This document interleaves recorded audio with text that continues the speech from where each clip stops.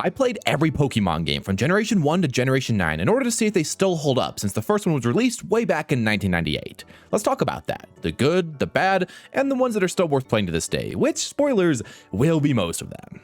Pokemon Leaf Green is the first game that I ever personally owned, so I probably played it over 50 times as a kid, and through replaying it this year, I can say that with surety, it holds up. Gen 1 is honestly a perfect introduction to this series, laying the baseline for catching Pokemon, leveling them up to learn new moves while also evolving, and taking out gyms on your way to gloriously defeat the Elite Four. It doesn't really have any huge gimmicks since obviously it's the first game, so it just feels very solid when you replay it, in a really good way in my opinion. It laid out the groundwork for this series perfectly, and while it can be a bit annoying to hear people glazing Gen 1 so much, it does deserve a lot of the praise that it gets. It isn't just nostalgia speaking, even though that surely doesn't hurt the quality of the games in our minds. For me, I love how this game opens up as you go and as you play. How you get TMs like Flash to open up the caves, or the Flute to open up the Snorlax routes, and even surf across all the waters that you've been seeing throughout the entire game. This game is just great at setting up a lot of roadblocks that will eventually give you the tools to overcome, and make the world feel very large, while also feeling like it's not way too overwhelming on your first playthrough. This is added to the fact that the game is the perfect length for a casual RPG, at least for myself,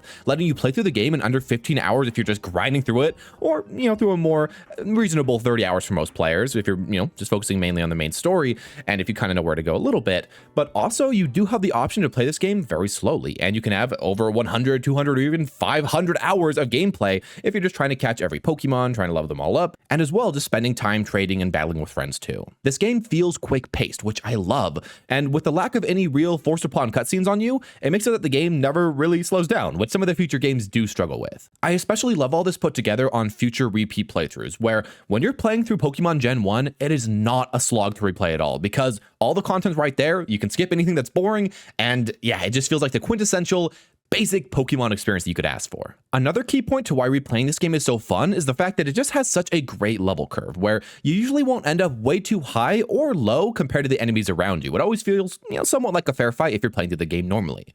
And when you enter the end game, well, you feel pretty darn strong, usually in your mid-50s, where most of your Pokemon also have their final evolution, which just, that feels like a good ending point, let's be honest. There's a lot of XP to go around in this game, especially with the XP share and the Versa Seeker if you really need a grind to help you out, but you can also ignore battles and just kind of run past a lot of the game if you want to have a little bit more of a challenge.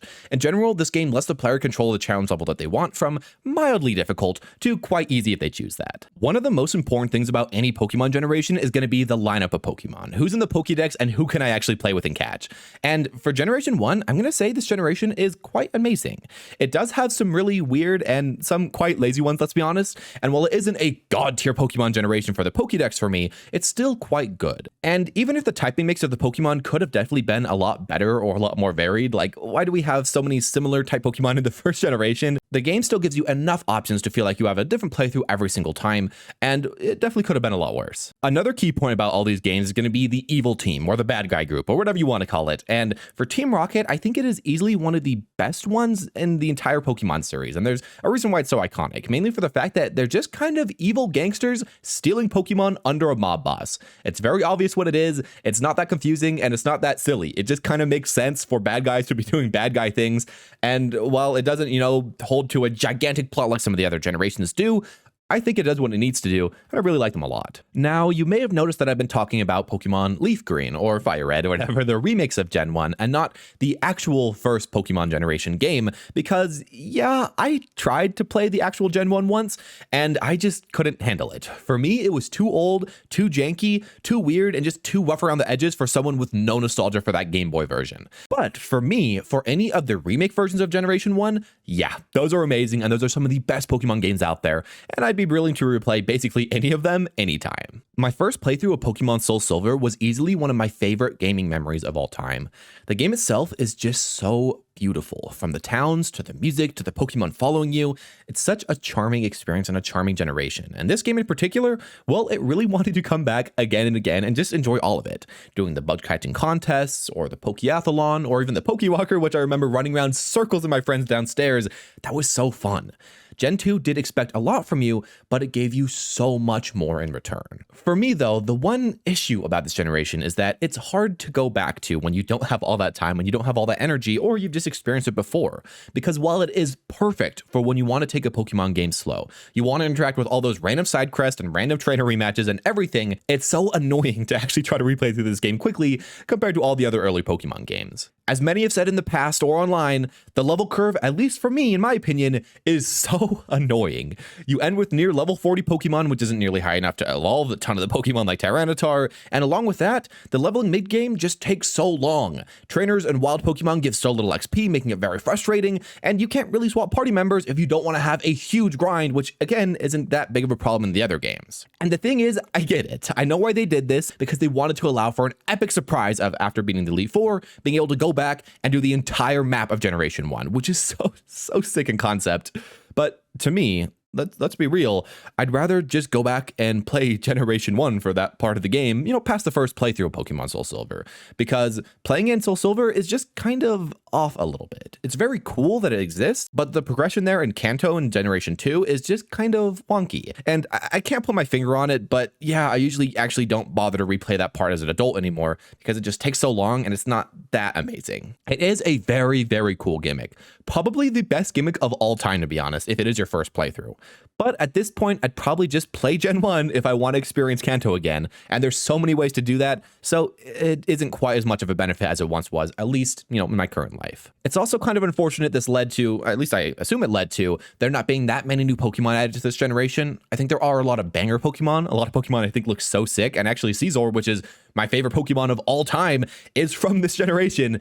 But yeah, I just wish there were more. Now, with all that in mind, is Generation 2 bad? No, it is not bad. This is one of the GOAT generations, one of easily the best Pokemon games of all time that I love so much and put so much care and passion into.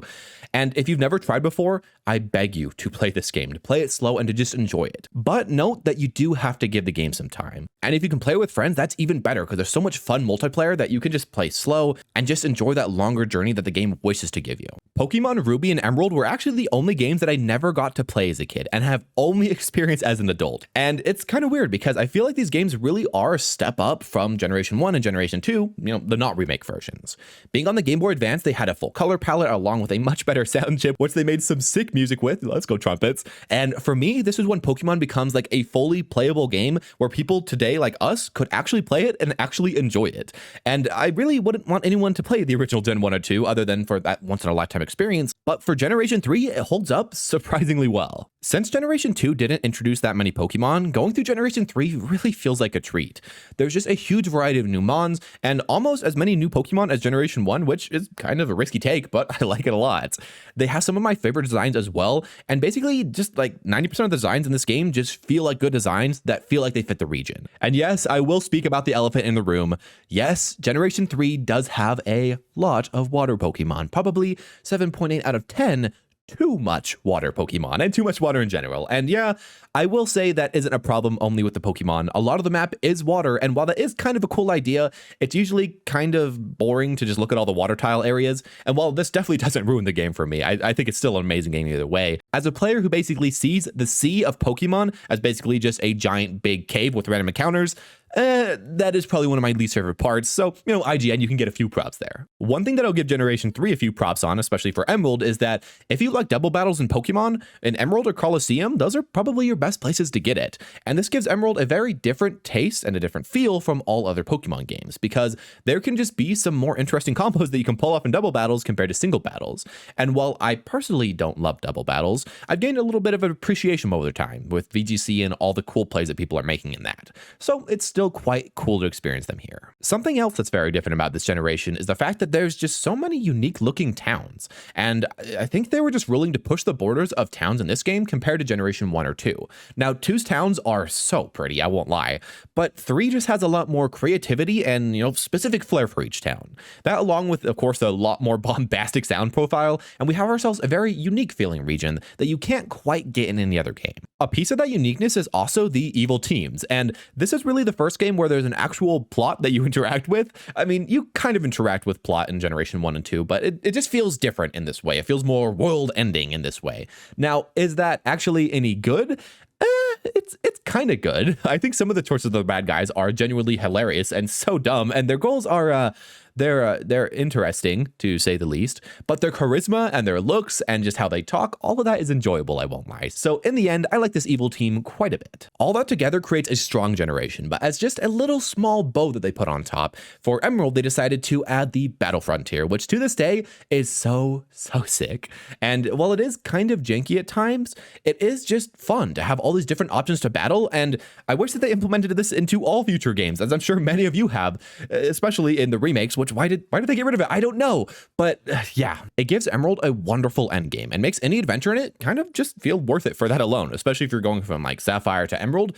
You get such a huge benefit at the end, which I really enjoy. This game gives you more than enough content and is definitely a lot of fun, worth your time, and one of the more memorable generations, at least in my opinion. Pokemon Platinum is my second most favorite game of all time. So yeah, this is worth it. The game just oozes a nostalgic feeling from every pore. From the music, to the characters, to the designs, everything just feels so connected to the past, and I just love how it all comes together. If I were to describe Generation 4 in just a few words, it would be that this is the culmination of all the early Pokemon games put into one game. While Generation 5 and onward move into kind of different directions and try to push the series a lot more forward into certain gimmicks or anything they can think of drastically, Generation 4 is basically what I would imagine Generation 1 to eventually evolve into with more time and more effort put into it. And it feels, in my opinion, like the definitive OG Pokemon game. The sprites look great, the towns are consistently stellar, and the animations give such an oomph when used. And it feels like they took everything good from every previous generation and threw it all into one game with, of course, an extra polish put in at the end. And yeah, I love this generation for that. You can add to that the fact that Generation 4 has my favorite vibe in the Pokemon franchise. I love starting in a cozy snow town next to a lake, and you just go in there and you're like, yo, this is so nice. And I mean, Eternal Forest, yo, we all know how good that is. Pokemon Generation 4 makes me feel comfy, and maybe that's just a lot of nostalgia speaking, but you know, I'll let it speak. One of the biggest things that make this game feel so good and feel so nice and cozy and like I'm at home is definitely the soundtrack for this game. Pokemon Gen 4 has my favorite Pokemon OST in the entire series.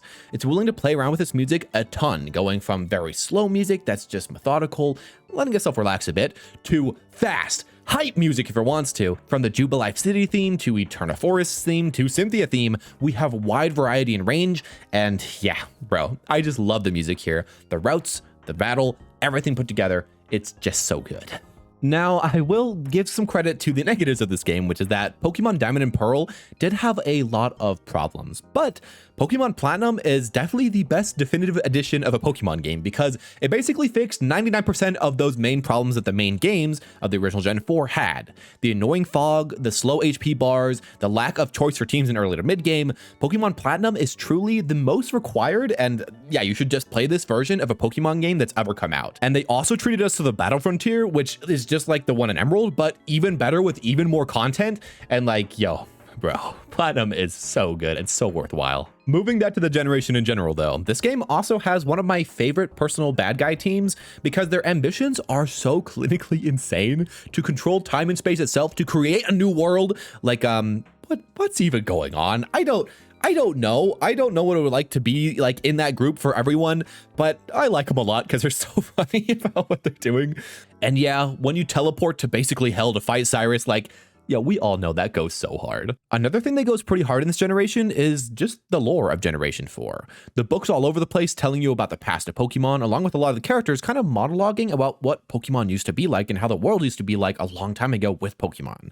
I feel like the developers seem to think out this generation a lot more than previous gens, and I can appreciate the extra effort. It made so that there were a ton of great YouTube videos talking about Generation 4, making a lot of theories, and even I felt like a lot of the cartoons or the movies just felt like they were a bit more deep because there was more stuff to latch onto, and I appreciate that. I haven't mentioned events in any Pokemon game yet because I don't feel like they've been that important, but the events in Generation 4, yo, those gave us some of the best Pokemon. Holy crap, what was going on? Darkrai, Shaman, Arceus, at least if you kind of acted in or got it some of the jank ways, they were sick. And I love how they put in so much extra effort to give all these physical areas and even sometimes a little bit of a plot or storyline to meet these legendaries, to catch them. And yeah, I love a lot of the legendaries in this game and just a lot of the events too. Honestly, when thinking about it, in my opinion, Generation 4 has probably some of the best splits of new Pokemon, especially because it gave so many previous Pokemon evolutions that it felt like they always needed. It feels like it barely has any gigantic misses and introduces a ton of fan favorites while also giving a lot of Pokemon just stronger movesets and balancing them as well. Sometimes I feel like when you're replaying older generations that you kind of have to tier whore just a little bit if you actually want to have fun, if you want to clear it quickly. But starting in Generation 4, you can play who you want to play, and I like that a lot. As well, I can't forget the most important thing about Generation 4, which is that it really made the battle system just better with the physical special split.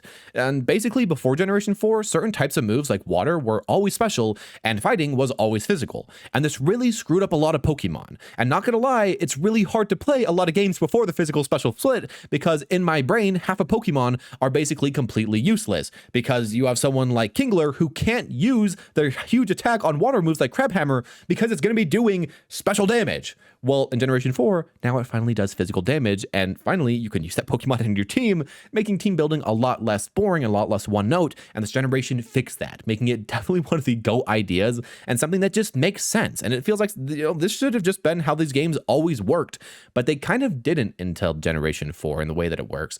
And yeah, I'm glad that they fixed that. The final thing I'll note for this gen is that Pokemon Gen 4 was the first time that we had online battles and trading.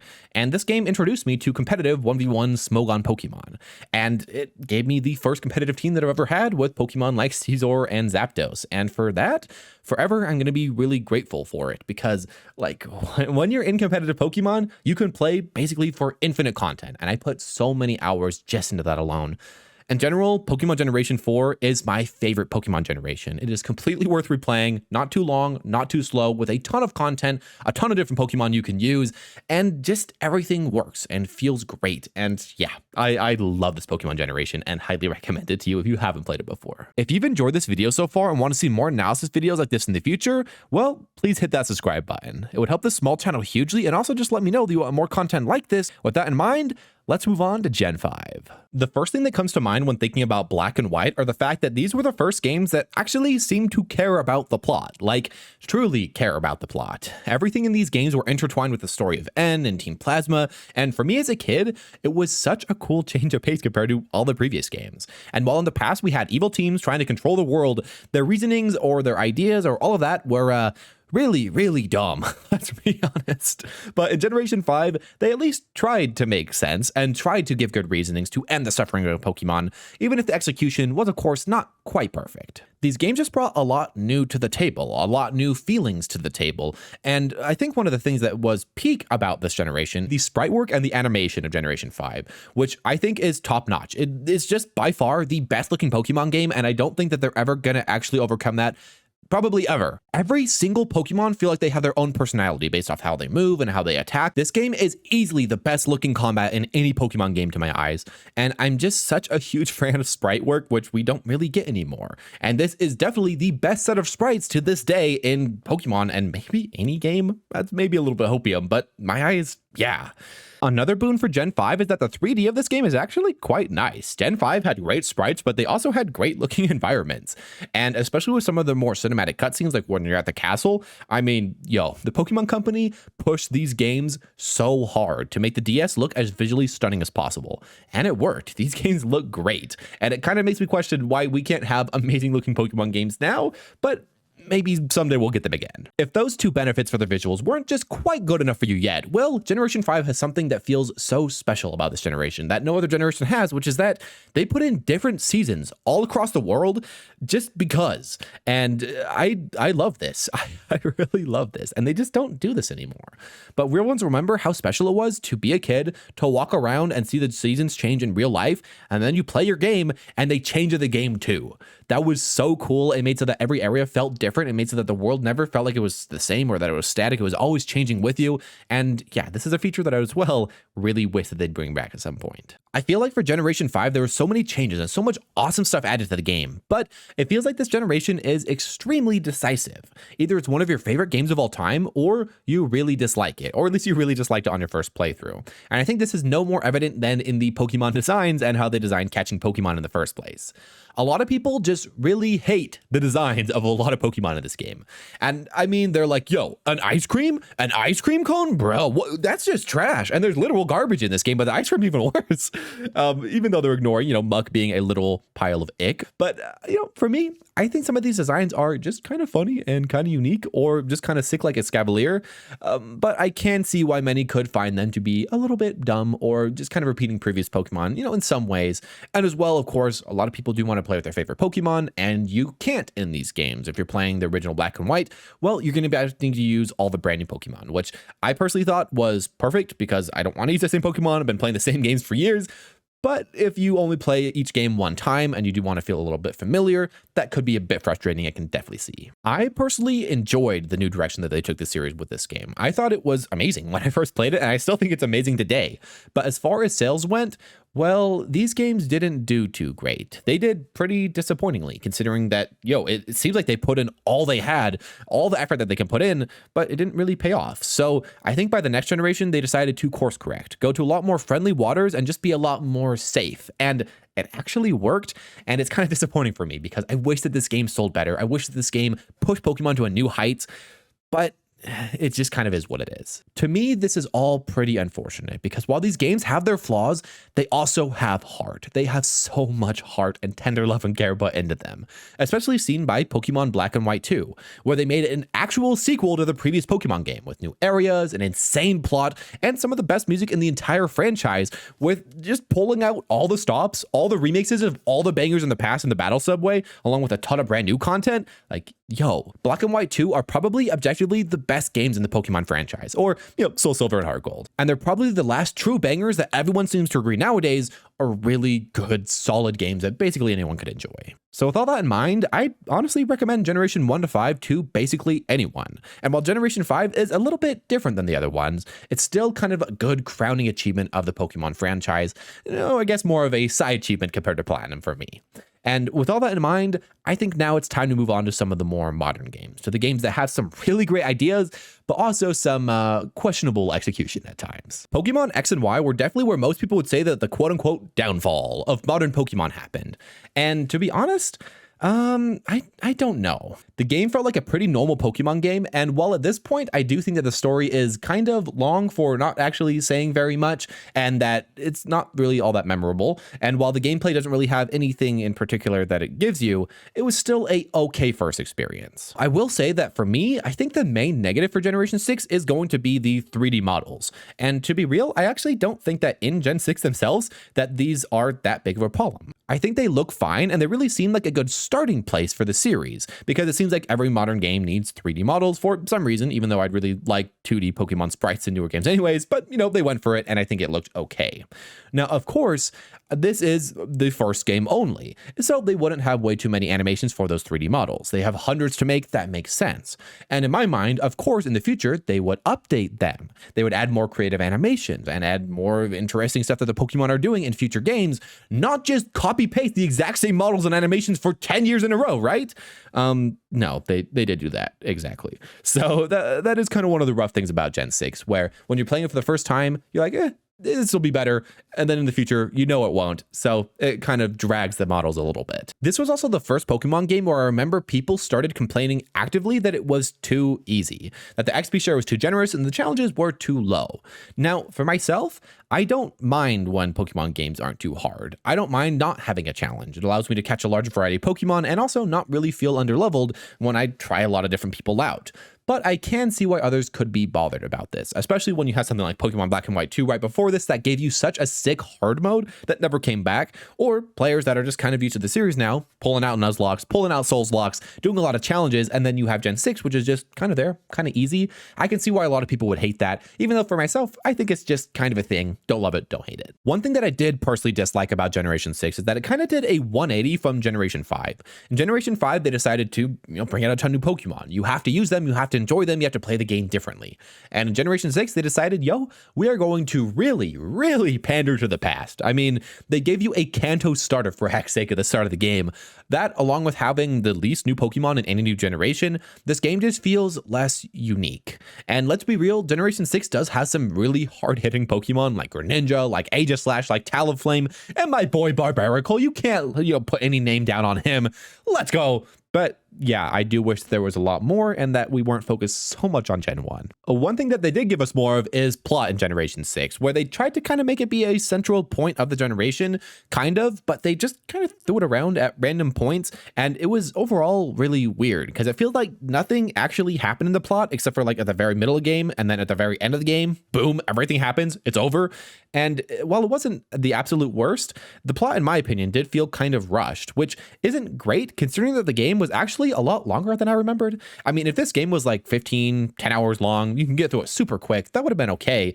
But like, you can play a lot of the other Pokemon games with a similar playtime with less cutscenes and more information, and putting that all together, it's not the best package. In the end, I think that a good amount of this game was moderately forgettable, that it was a decent game, but nothing to really write home about. But one thing that I will write home about, and that I will talk about because I loved it, was the Mega Evolutions. And honestly, they're probably still my favorite new mechanic and favorite new look to this day.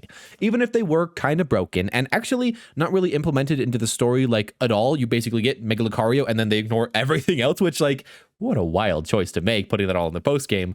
But with all that behind us, it's still a cool mechanic. It still looks visually stunning, and it's just kind of the birth of a huge new gimmick every single generation, and it's still my favorite gimmick, and I'm glad that they're kind of bringing it back for the Pokemon Generation Z. We also can't forget the fact that Fairy type was introduced in this game, which is kind of surprising that they made it so OP and not balanced, because it seems like they had so many years of experience and could easily have made it just like one of the most balanced types, but they didn't. A very weird choice. And while I still like Fairy type, I think it's moderately cool. I wish that it would have made the metagame just a little bit better instead of just a little bit weirder. I think that Pokemon Generation 6 is the first Pokemon game where I can say that while it's worth playing eventually as one of your last Pokemon games, if you want to play them all, I'd probably play most of the other games before this one. It's not really an integral part of the Pokemon experience, just another option out of the lot. And while it's still fun, I probably won't be replaying Pokemon X or Y anytime soon. Well, it's a decent generation, it's definitely not integral to the experience. Generation 7's Pokemon Sun and Moon were the only Pokemon game that I actually ever put down as a kid after buying, and didn't finish within a month.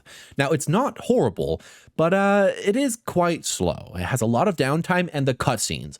Bro, where can I finally be let go to be free?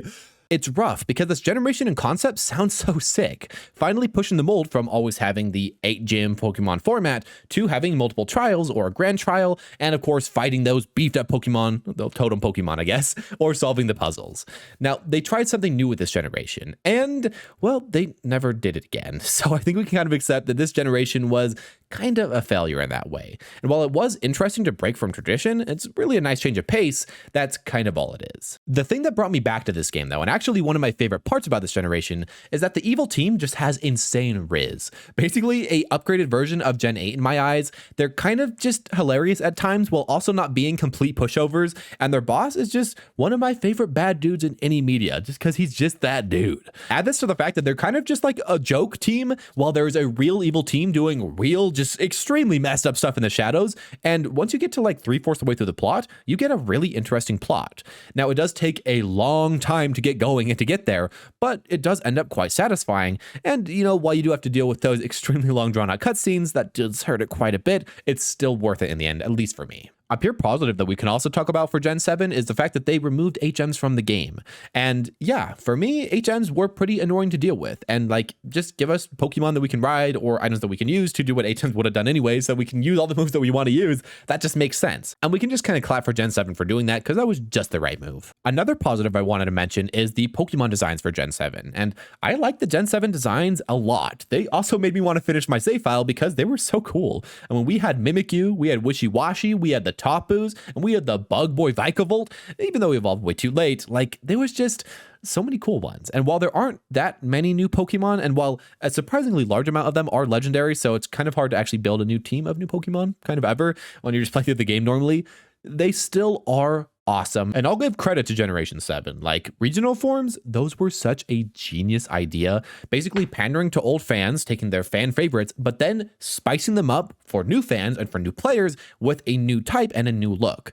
Like, Alolan Marowak and Ninetales and Sandslash, they all look so amazing to me. And they were so fun to use in my party. And I'm glad that they kept this idea to this day because, yeah, this is one of those ideas where they tried something new and it just works so perfectly. A thing that didn't work quite as perfectly was the other gimmick that they tried, which is the Z moves. And yeah, the gimmick for this generation, as far as battles go, was basically just a long cutscene, which in retrospect is kind of hilarious considering people complain about the cutscenes in general in this game. Yeah, it is kind of funny, but it is probably the worst gimmick to this date. You have essentially one super strong attack or one super strong buff. Woo!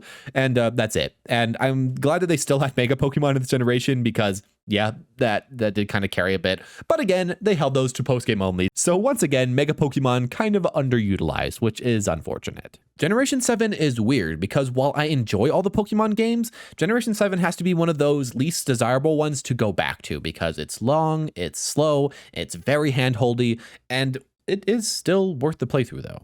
I feel like with Generation 7, you have to get through such a slog in the start of the game. But once you make it past that slog, it starts to be really fun again. And while that is hard, trying to make yourself replay a game, and while I probably won't replay this one way too much, it's still worth playing at least a time or two because it does have a lot of cool ideas and does feel very unique from all the other games. Generation 8's Pokemon Sword and Shield was the first foray into HD graphics for a mainline Pokemon game, and in my opinion, it's actually still the best looking one. Now, don't get me wrong, parts of the game are hideous, like the oh-so-infamous tree. We've all heard about that, but a lot of it does look quite nice. The areas, while quite simple to get around, probably too simple to get around, are visually appealing, and the game in general, while it could look a lot better, it could have that Xenoblade look and treatment, it's still fine. One thing that made the areas feel so good is the fact that this game had nice pacing as well, where it felt like you never were stuck somewhere for too long, and the game didn't feel too short or too long itself. The routes were made very snappy, probably again, maybe a bit too snappy with not much to do on them, but still, that was fun. You can get through the game quite quick. And while there are still quite a few cutscenes, they weren't quite as insufferable as, Generation 7 for me. So it made so that the game never slowed down way too much, and it always looked pretty good while it was playing. The music of Generation 8 was also somehow just like so amazing out of nowhere, like easily one of the best in the series for a long time. And it kind of surprised me, to be honest, but it also mixes so well with so many different areas and has the correct vibes almost all the time. And yeah, this game is worth playing for the music alone. I specifically love when the music is playing in the sports gyms and how the audience is watching and they're just kind of building up the hype. And then, right near the end of the battle, they start getting so hyped. And, it's just kind of cool. And in general, I just like the sports theme and I like how this feels like a traditional Pokemon game, but with a little bit of a twist, with some little mini games added to all those gyms. And yeah, it just makes sense for a different region of the world to treat gyms in a different way, to make them their own, while also making the game feel quite unique. One thing that many people liked was the bad guys in this generation, and for me, they're fine. I thought they were okay. The plot at the end is kind of one of the most stupid things I've ever seen in a Pokemon game, like just bar none, but the rest of it, it's fine. It doesn't take up way too much time. There aren't way too many cutscenes. And the bad guys are just kind of there. Just kind of like the epitome of a bad guy. Again, they're fine. The single most disappointing thing for me in Generation 8 was the fact that there were now 3 generations into 3D models, and they still didn't give the Pokemon more soul, more unique animations, showing what the Pokemon would actually be like, and just like more cool battle stuff going on. And I just kind of don't understand why they don't invest into this, because they could just add animations for new Pokemon, just like 100 for each game, and then reuse them forever. They already reused the models. Why not just do the same thing for animations and make them cool like in all the old Pokemon games? I know that they can't do it for every Pokemon ever all at once, but just do a little bit at a time. And I don't know. I feel like this was especially apparent in the open world areas where like that would have been perfect for just Pokemon to walk around, spam emotes, look cute, look scary, do anything like that. Feel like they fit into the environment in their own special ways, but they just don't. And as well in Generation 9, this is not going to talk about this there, but like the Pokemon just are walking around. They aren't doing much. much, and I wish that they did more because it could feel like you're in the world of Pokemon. But at this point, it feels like the Pokemon are just there to be caught, and that's kind of it. Let's be real, the open world part of this game was kind of just like a proof of concept and completely pointless for 90% of players. Like, if you're just trying to finish the game, there's not much reason to do it. I tried interacting with it at first, but the juice is just not quite worth the squeeze. It feels quite half-baked, and when you can see how far open world is pushed in the next game, yeah, I kind of wish this game didn't have any because it's just a part of the game that I don't want to interact with, but you kind of have to if you want to evolve certain Pokemon. And speaking of evolution, like, what did this gen do to evolving Pokemon?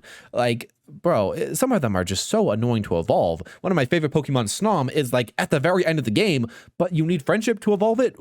I don't get it. And then you have to go to this random place to evolve a Yanmass that, like, what players are finding this place? How would you find this without a guide? I don't get it. I don't get it. I just don't get it. That's really all I have to say about evolution in this game. I wish it wasn't so weird. Generation 8 has a lot of pros and a lot of cons. And for me, it did kind of grow on me over time, where at first I was part of the internet warrior game of just being pissed off about Dexit, about the poor texturing, about all of that. But as I played the game, well, it was quite good. Those issues didn't affect me too much personally since I don't have a living dex anyways and don't really, try to catch all the Pokemon. That's not a thing for me. And most of the bad textures weren't too noticeable if you were just playing through the game and not really looking for them.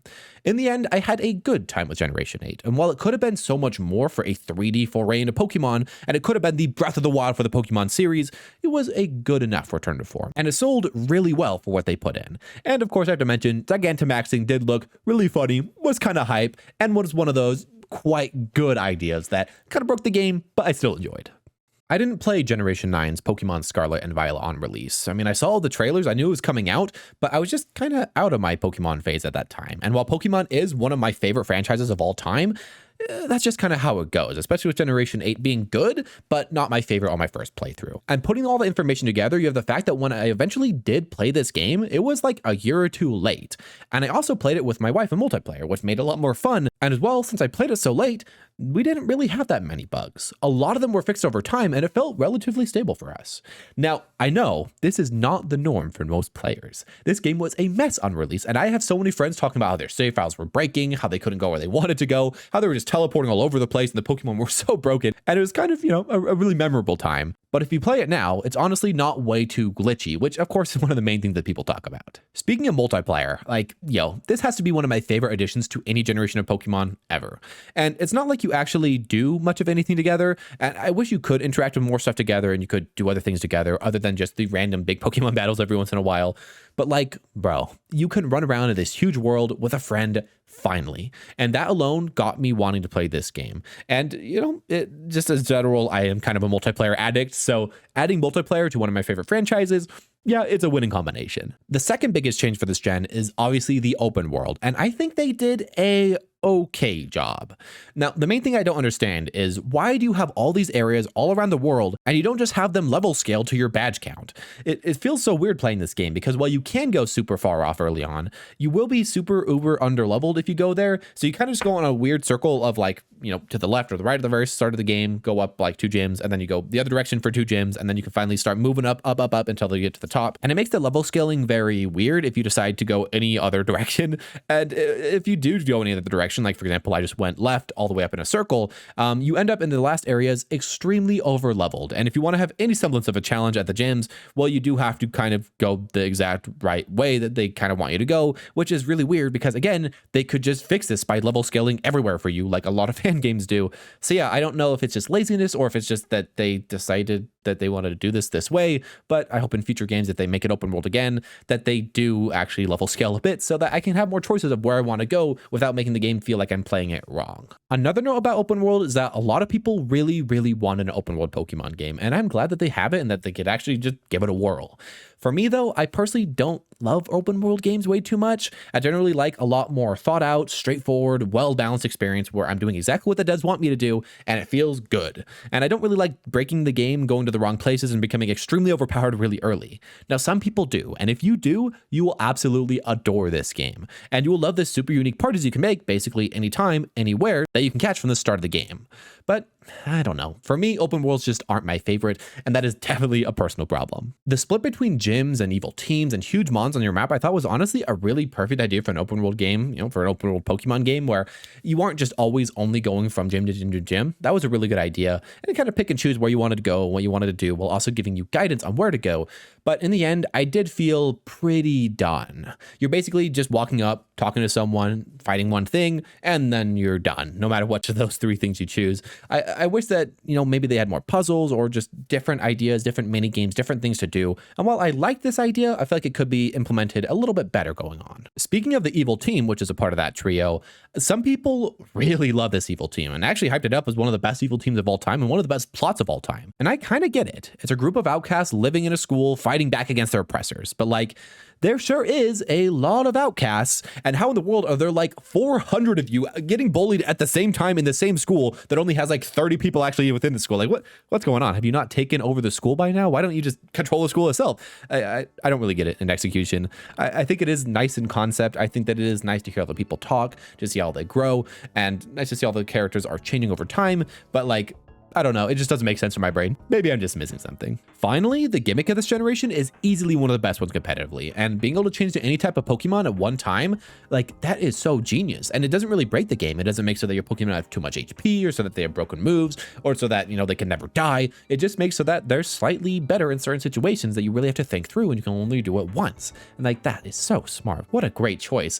But there is one thing that I just wish that the animation didn't take quite as long, and mainly I wish that it didn't look so dumb.